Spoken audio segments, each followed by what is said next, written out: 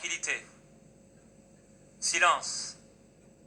Oui, je me souviens d'être allé dans une église locale en Bretagne où il était écrit « Faites silence dans la maison de l'Éternel ». Je vous assure, il fallait chercher pour trouver la présence de cet esprit. Malheureusement. La foi, c'est spirituel. La persévérance, c'est physique. C'est le fait de persévérer dans une action ou dans une croyance, mais elle est plus en général physique, même si bien sûr nous devons croire jusqu'au bout. La persévérance, c'est physique, ça s'attache à notre corps.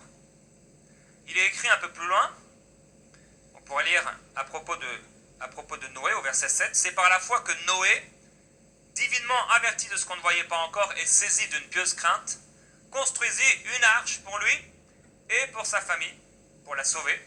C'est par elle qu'il condamna le monde, etc. Noé a eu besoin d'avoir foi, comme je l'ai dit, et cette foi, elle était spirituelle, mais il a eu besoin de persévérer. Et cette persévérance était physique. Pendant des dizaines d'années, 70 ans ou plus, cet homme a construit un énorme bateau tout seul. Pas comme dans le film, aidé par des animaux ou je ne sais quoi. Il était tout seul. Tout seul à persévérer sur une simple parole qu'il a cru recevoir de la part de Dieu. La Bible ne dit pas que Dieu allait le voir tous les jours pour le remercier ou pour lui dire bravo, continue.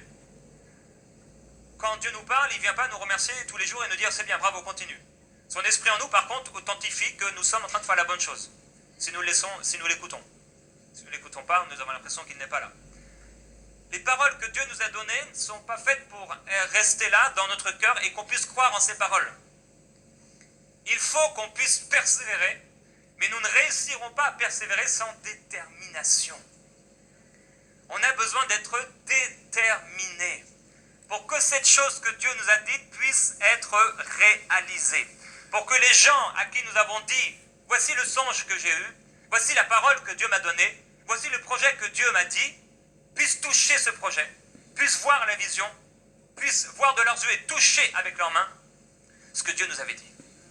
Sinon, nous serons semblables à cette personne qui veut construire une tour et qui n'a pas de quoi la terminer. Et il y a des gens comme ça, et dans plusieurs pays du monde, où on voit leur maison actuelle. Mais c'est avant tout une force de caractère.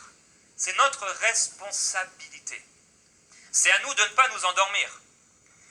Il y a des combats pour lesquels la foi ne sera pas suffisante. Et d'autres encore où on aura la foi, mais la persévérance sera absente parce qu'on manquera de cet ingrédient